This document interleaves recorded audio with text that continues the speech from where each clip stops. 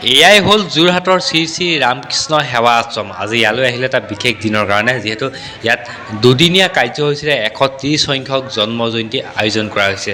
আৰু এই 130 সংখ্যক জন্ম জয়ন্তী উপলক্ষে তেওঁলোকে বিভিন্নখিনি কাৰ্যসূচী হাতত গ্ৰহণ কৰিছিল। যেনেধৰণে পুৱা ভাগতেই তেওঁলোকে শোভাযাত্ৰাৰ পৰা আৰম্ভ কৰি ফ্ৰী মেডিকেল চেকআপৰ পৰা ধৰি বিভিন্নখিনি তেওঁলোকে হাতত গ্ৰহণ কৰিছিল।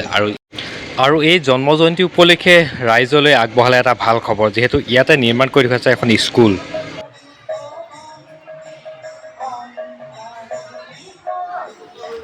আৰু শ্ৰী শ্ৰী ৰামকৃষ্ণ আশ্ৰমতে বনাই থকা হৈছে এখন স্কুল, য'ত আপোনালোকৰ ল'ৰাটো বা আপোনালোকৰ ছোৱালীজনী পঢ়িব পাৰিব। আৰু তাৰ বিষয়ে যদি মই অকণমান সোমাই দেখুৱাওঁ, আৰু এই চব শ্ৰী শ্ৰী ৰামকৃষ্ণ সেৱা আশ্ৰমতে বনাই থকা হৈছে এখন স্কুল। আৰু স্কুলকেইটা ৰুমকেইটা হয়, তো অকণমান মই আহিলোঁ যেতিয়া অকণমান ৰুমকেইটাও আপোনালোকক দেখুৱাওঁ। আৰু ইপিনে 1, 2, 3, 4টাকৈ ৰুম বনাই তেওঁলোকে নিৰ্মাণ কৰি উলিয়ালে। আৰু এইটো এটা চক, তেওঁলোকে আজি কিবা কিবি কাম কৰোৱা হৈছিলে, কিন্তু ৰুমকেইটা অকণমান মই দেখুৱাইছোঁ আপোনালোকক। চক সেইকেইটা ৰুমতেই আপোনাৰ ল'ৰাটো বা আপোনাৰ ছোৱালীজনী পঢ়ি পাৰিব। সঁচাকৈ এটা সুন্দৰ পদক্ষেপ লৈছে, য'ত শ্ৰী শ্ৰী ৰামকৃষ্ণ সেৱা আশ্ৰমৰ মন্দিৰৰ প্ৰাংগণতে নিৰ্মাণ কৰি উলিয়াইছে, সাজি উলিয়াইছে এখন স্কুল, যিখন অপেনিং হ'ব অহা আপোনাৰ এপ্ৰিলৰ 20-25 তাৰিখৰ পৰা। আৰু এইখন চক মা শাৰদা কিণ্ডাৰগাৰ্টেন স্কুল। শ্ৰী শ্ৰী ৰামকৃষ্ণ সেৱাৰ ভিতৰত এনেকুৱা বিশেষ ঠাই, যি মন্দিৰৰ প্ৰাংগণতে হ'ব। আৰু ইয়াতে নিৰ্মাণ কৰি থকা হৈছে এখন স্কুল, যিখন স্কুল অপেনিং হোৱা নাই এতিয়ালৈকে, আৰম্ভ হোৱা নাই, কিন্তু আৰম্ভ কৰিব। কেনেধৰণে আৰম্ভ কৰিব, কোন ক্লাছৰ পৰা কোন ক্লাছলৈকে পঢ়িব পাৰিব, আৰু কেনেকুৱা ধৰণৰ মানুহে কি শ্ৰেণীৰ মানুহে পঢ়িব পাৰিব, তাৰে অকণমান দুআষাৰ মই প্ৰেছিডেণ্ট ছেক্ৰেটৰীসকল আছে অকণমান জানো আৰু আপোনালোকক অকণমান জনাওঁ। অকণমান আহাচোন। নমস্কাৰ। হয়, যি আপোনাৰ এই স্কুলখন নিৰ্মাণ কৰি থকা হৈছে, কেতিয়াৰ পৰা আৰম্ভণি কৰা হ'ব? এইটো আমাৰ 18ৰ পৰা। এপ্ৰিলৰ 2008 মানে ষ্টাৰ্ট কৰা কেতিয়াৰ হ'ব। পৰা ষ্টাৰ্ট কৰা হ'ব? এপ্ৰিল 2025ৰ পৰা আমি আশা কৰিছোঁ স্কুলটো ষ্টাৰ্ট কৰিম। ইতিমধ্যে আমি প্ৰিন্সিপাল, টিচাৰ তেওঁলোক আলোচনা কৰিছোঁ, তেওঁলোকে মান্তি হৈছে।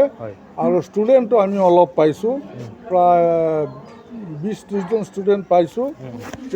বিহুৰ কাৰণে আমি এইটো অলপ পিছাই দিছোঁ, 20 তাৰিখৰ পিছত। বিহুৰ পিছত মানে আৰম্ভ কৰা আমাৰ আৰম্ভ ষ্টাৰ্ট কৰিম। আমাৰ যিজন মহাৰাজ আছে, যাৰ আণ্ডাৰত আমি আছোঁ, নৰোত্তম নগৰ, তেখেতে কৈছে যে বিহুৰ পিছত হ'লে ভাল হয়। এতিয়া আমিও কৈছোঁ বিহুৰ পিছত আমাৰ ভাল হয়, নহ'লে আমাৰ অসুবিধা হয়। বিহুৰ পিছত হ'লে ভাল হ'ব, কাৰণ বিহুতে প্ৰায় ব্যস্ত হৈ থাকিব মানুহ। হয়, আৰু কোন ক্লাছৰ পৰা আপোনালোকৰ ইয়াত প্লে স্কুল ষ্টাৰ্ট আমি প্ৰথম প্লে স্কুল, তাৰপিছতো থাকে, তাৰপিছত লাহে লাহে পৰিস্থিতি বুজি আমি এইটো আগবাঢ়ি যাম। এইটো আৰু ধৰি লওক এতিয়া প্লে স্কুল এতিয়া আপোনাৰ সকলোখিনি চাগে ইয়াৰে লোকেল ল'ৰা চব লোকেল। আৰু কিবা এনেকৈ ভাগ কৰা হৈছে নেকি, এনেকৈ ধৰণে ইয়াৰ পৰা ইমানৰ ভিতৰত পাৰিব বুলি পঢ়িব? নাই না, সকলো শ্ৰেণীৰ চব ধৰ্মৰ মানুহ পাৰিব। আৰু আমি এইটো মানে এই হিচাপতে চলাম, উৎসৱ হিচাপে চলাম। পইচা পাতি আমি তেনেকৈ কোনো যিমান পাৰে আপোনালোকে মানে অকণমান বিনামূলীয়া চাবলৈ আছে। কিতাপ চব আমি দিম, যদিও এতিয়া প্লে স্কুল তেনেকৈ কিতাপ ইমান নালাগে। ইয়াত এটা আমাৰ এটা চব আমি দিম। হ'ব, ইয়াত আমাৰ চব ৰকম বস্তু থাকিব ল'ৰা ছোৱালী খেল ধূলাৰ কাৰণে, সেইবোৰ আমি অৰ্ডাৰ দিছোঁ। তো গতিকে গোটেইখনে প্লে স্কুল আৰু কিণ্ডাৰগাৰ্টেন স্কুল হ'ব। আৰু বস্তুটো আমি এপ্ৰিলৰ মানে বিহুৰ পিছে আমি এইটো শ্বেপ দিবলৈ চেষ্টা কৰিম। আৰু প্ৰথম অৱস্থাত আমি গোটেইখনে বিনামূলীয়া চেষ্টা কৰিব, নহয় জানো? এই শ্ৰী শ্ৰী ৰাম সেৱা আশ্ৰমৰ প্ৰাংগণতে নিৰ্মাণ কৰি থকা হৈছে এখন স্কুল, যিখন আৰম্ভ কৰা হ'ব অহা এপ্ৰিলৰ 20-25 তাৰিখমানৰ ভিতৰৰ পৰা। যদি আপোনালোকে যদি ভাবিছে আপোনাৰ ল'ৰাটো বা ছোৱালীজনী প্লে স্কুলত দিম বুলি, বা ওচৰৰ কোনোবা ল'ৰা ছোৱালী আহিব পাৰিব। আৰু ইয়াৰ ভিতৰত মই অকণমান ভিতৰত দেখুৱামগৈ আপোনালোকক, কেনেধৰণে তেওঁলোকে কোঠাবিলাক বনোৱা হৈছে, কেনেধৰণে তেওঁলোকে নিৰ্মাণ কৰি আছে। আৰু তেওঁলোকে কোৱা মতে ইয়াতে এখন আপোনাৰ পাৰ্কৰ নিচিনা হ'ব ন, ইয়াতে পাৰ্কৰ নিচিনাকৈ তেওঁলোকে বনাব।